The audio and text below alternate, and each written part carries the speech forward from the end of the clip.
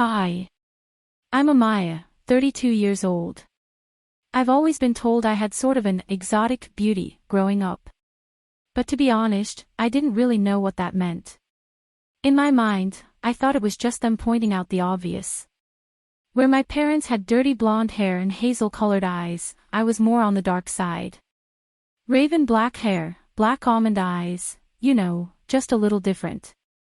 I didn't know how much that difference would come into play until I was in my sophomore year of university. A lot of my friends were raving about having their DNA tested through this new kit that our college was developing. What the heck? It was free and it should be fun, I remember thinking. Each student got 3. One for mother, another for father and one for the student. It was expected that, while we were on winter break, we would have our respective family members swab their cheeks and send it to the lab attached inside the kit. Easy peasy.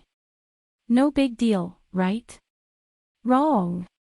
I can recall how excited some of us were when talking about the test. With the racial diversity at our school, we were honored to be able to help our university gather the DNA and begin creating a database. During discussion, we made a game of trying to guess each other's genetic makeup and the possible admixtures. And though I came from European parents, I was still considered to be racially ambiguous by most of my friends. Which, at the time, I thought was completely impossible. Even our professor informed us how some of us would most likely be digging deep into our family gene pool, which would explain why some of us may not look like other family members. So for us not to be discouraged in taking the test. When I traveled back home for break, it was my father who picked me up at the airport. He was a kind man and I loved him dearly. Out of all of my family members, I thought I was most like him. Maybe not in looks, but definitely in temperament. "Baby girl, did you miss your old man?" he said as he pulled me into a warm bear hug.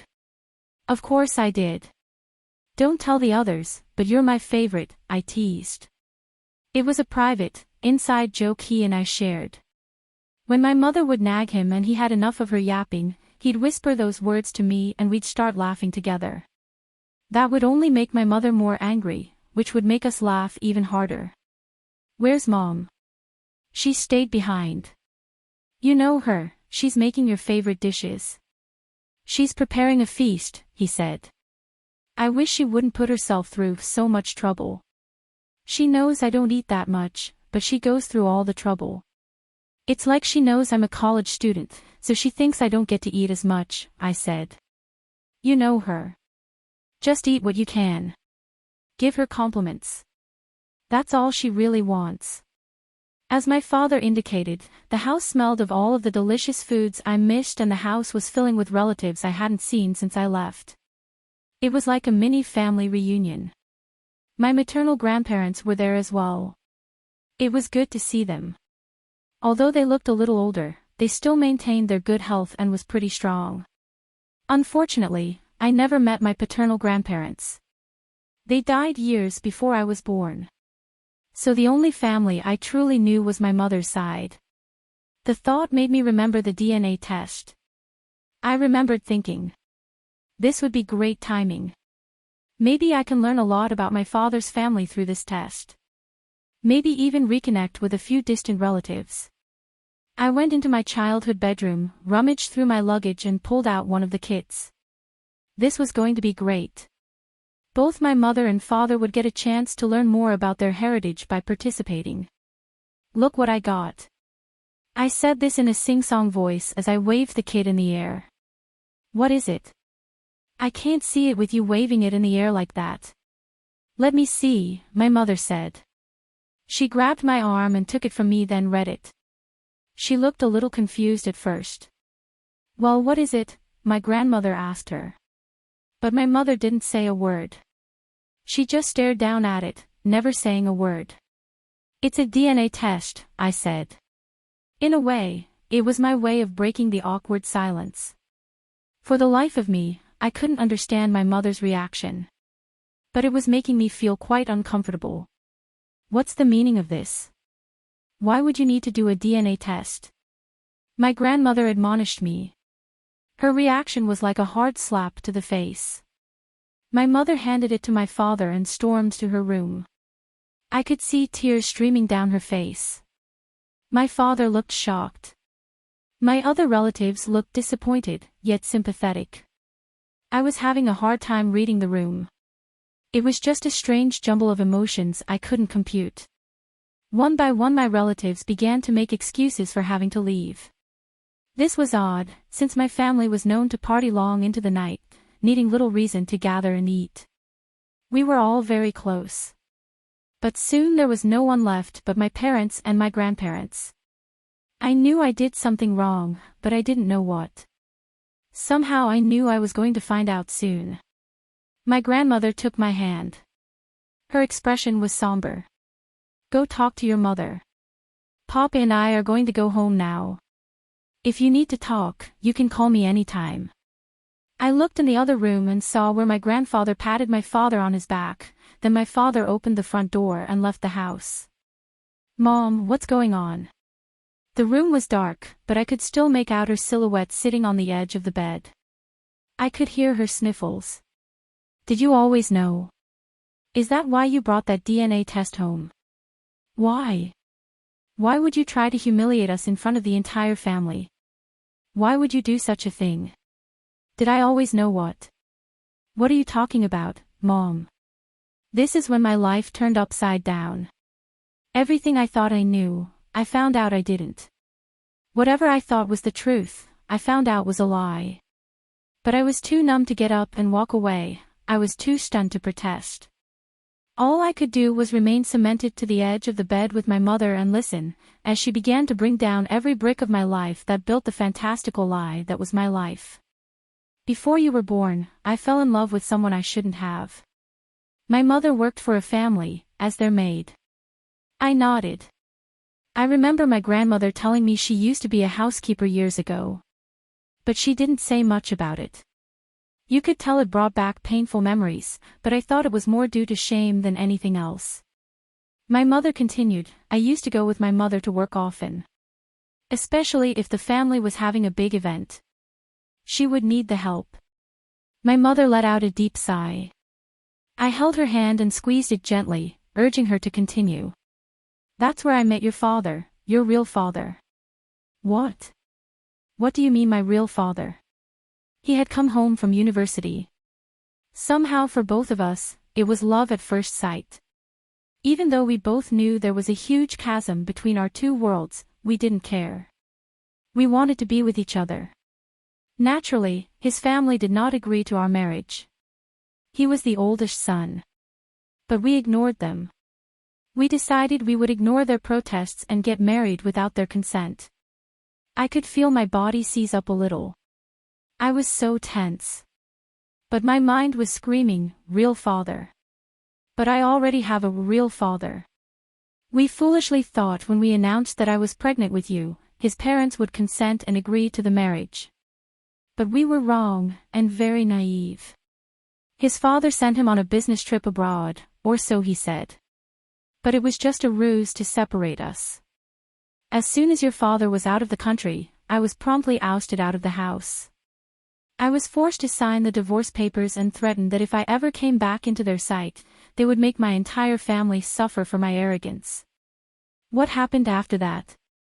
I asked. So my parents and I fled, for lack of a better word. But in the true sense of the word, we were fleeing. They were very powerful and my family was too poor to go up against them. But, my dad. How could this be?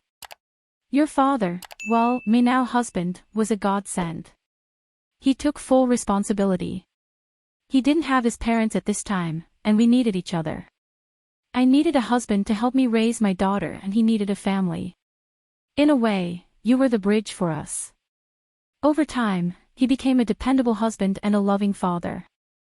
And we became a real family. In the darkness of the room, I hugged my mother and we cried. She had been holding this all in for so long, waiting for the day to come when she could release it. And though I felt a bit betrayed by the lies, I know it was all out of love for me that they kept it a secret for so long. It seemed all of my family knew this except me. They all prayed the day would never come, but if it did, they would tell me the truth. Today was that day. The first part of my break felt as if I was in mourning. I didn't know if I was sad for the father that I lost but never knew, or for the father I knew and now lost. But it was my father, my real father, who helped me get my head back together. I could smell my favorite breakfast early in the morning. I went to the kitchen to see my father busy cooking and making sure all of my dishes were perfectly prepared. Seeing him like this made my eyes well up with tears. He loved me. He wanted me to be happy. I could tell. As I watched him for a few discreet moments, I realized one thing for certain. I loved him too. All I wanted for him was his happiness. And there was no rich and pompous arrogant assholes who was going to make me doubt it even for a second. "Good morning, Dad." He turned at my voice. You could see he was unsure how to greet me. It was as if he felt he didn't have the right to call me daughter anymore. His expression was so full of doubt. "Are you hungry?" "I made all of your favorites," he attempted to say in a cheerful tone. "You and Mom are going to make me fat," I chuckled. I wanted to ease his tension. I wanted him the way he always was with me. I wanted his happy, chipper self back in my life. "Here, eat. Eat with me, Dad." For a brief moment he looked unsure. Then he sat with me. After a few awkward moments of trying to think of something to talk about, our chit-chat began to take on its natural cadence. Before long, we began our silly jokes and easy banter. It continued this way the remainder of my stay. Soon, the pain of loss began to ease. We were a family again. Neither of us brought up the subject again. So, when my dad drove me to the airport to go back to university, we laughed, joked and silently mended our bond to where it used to be. But on my flight back, I cried all the way there. A few months later, when I told my closest friends what happened, they advised me to take the test. Now that I know the truth, there was no harm. If for nothing else, I could get more acquainted with my true ethnicity and maybe even find a few stray distant relatives who aren't as pompous and uppity as my immediate family. It was suggested that I may even have a few relatives who may be looking for me. So I swabbed my cheek, sealed it and sent it off. What was the worst that could happen? I already knew the truth and they couldn't do any harm to me or my family. And if I did happen to see them, I had a few choice words I'd like to say to them. Another couple months passed when my phone pinged with a notification. My professor looked up annoyed. "All phones should be on silent mode," he admonished. "I'm sorry." I clicked it off. While in the dorm I was talking to my roommates, then turned the phone back on. My heart sank to the pit of my stomach. My DNA ancestry results were in. By my expression, they could tell something was wrong. "What's up? Is it a message from home?" Deanna asked. She looked concerned. "No. It's my results." Suddenly I'm so nervous. I can't look at it. I handed her my phone. "You do it. Now you're making me nervous." Deanna took my phone from me. We all huddled together as she began reading my results aloud. As it turned out, I was nearly 50% European and 50% Asian. This was a detail my mother left out of the story. But thinking back, I remember my grandfather was in the military and they lived in South Korea for a long time. Was this where my mother met and married my father? "You have a match for a relative," Deanna shouted. "What? It can't be. Who is it?" Deanna said, "That's strange. It says it's likely a parent. I think it's your father." "OMG. It's your father." Deanna started pressing buttons then said, "There. Take that." "What are you doing?" It asked if you wanted to allow this person to contact you and I pressed yes. "Now when he tries to talk to you, you can tell him to go to hell." I snatched my phone from her. "Why would you do that?" "I didn't want to ever see him." "I'm sorry. I got carried away." "Well, at least you can tell him face to face if he ever tries to contact you." A week later I received a call from an unknown number. I swiped to answer. "Hello." Hello, is this Amaya Turner? Yes. May I ask who's calling? My heart sank. It was an attorney. My father's attorney. I was informed there would be a private jet to pick me up to attend a probate meeting. They had been looking for me for years and monitoring the DNA ancestry database was their last resort, and it was imperative I brought identification and a passport. After hiring my own attorney to verify if this was legit, I was informed we should attend the meeting. Within a couple of days, I was on a private jet, passport in hand. The formalities were foreign to me. I was being greeted like I was the queen.